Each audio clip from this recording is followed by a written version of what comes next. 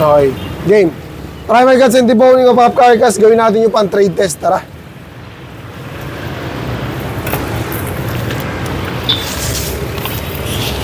Tampalin. Bibilis ako lang ng konti mga idol kasi may bibili na rin.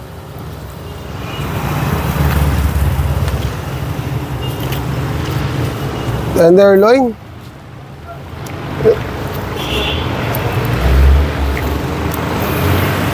Gawin natin yung pan-trade test.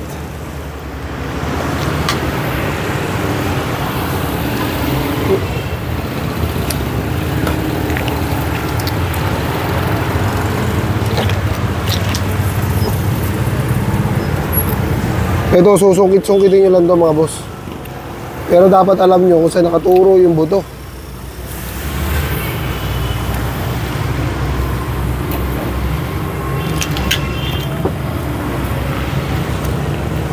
Masyadong malaking buto rito kaya binali ko na lang. Ayun o. 1, 2, 3, 4.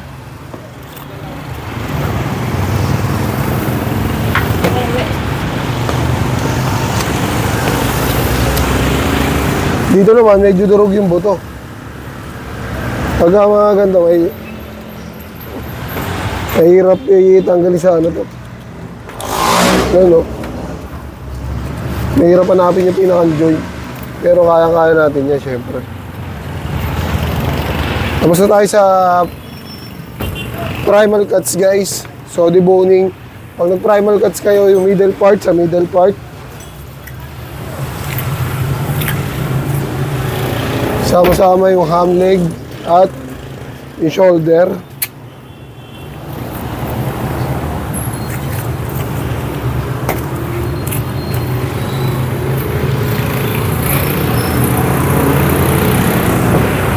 First layer.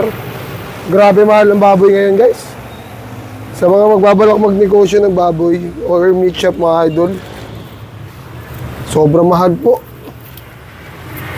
Pataas po ng pataas. Ewan ko, dahil daw magpapasko lang.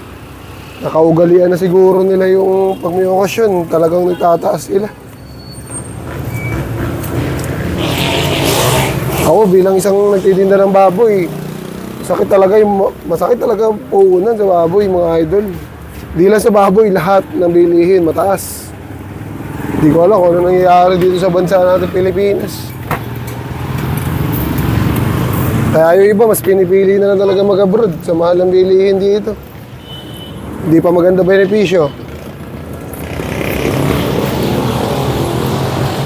Tapos, yung namamalita pa sa may PhilHealth, di ba?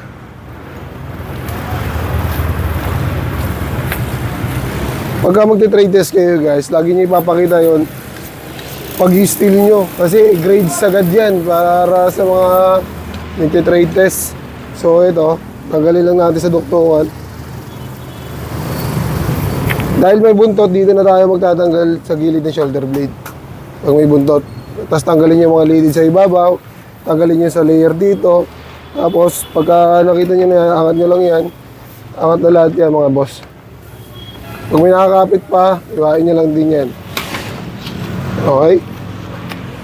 So pag nakita nyo na yung dulo, pwede na yan.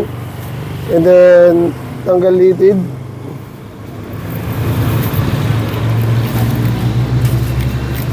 Yan. Para sure ball yan, para sure ball. Sure ball. May nakakapit pang litid. Ito guys, hindi ko napansin. Oh. Kakayasin nyo lang yan ng knife. Siyempre, yung pagkayas nyo sa knife, yung walang talim. Yung heel. Diba?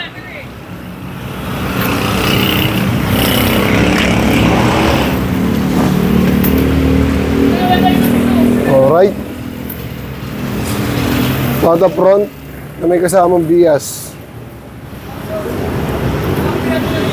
Yan. Pagka nakita nyo na yung yun lang yung basic.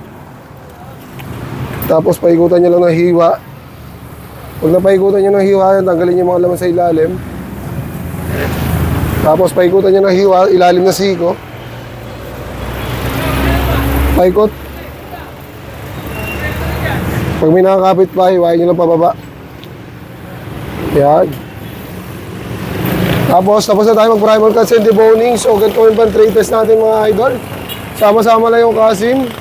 Yung middle part, sama-sama lang din mga idol. Sama-sama lang din yan. Dapat yan naka-debone. So kasama rin yung ham leg. Ayan yung ham leg. So yan, ganyan yung gawin yung pan-trade test. Hindi lang masyado maayos pero may bibili na kasi. Let's go!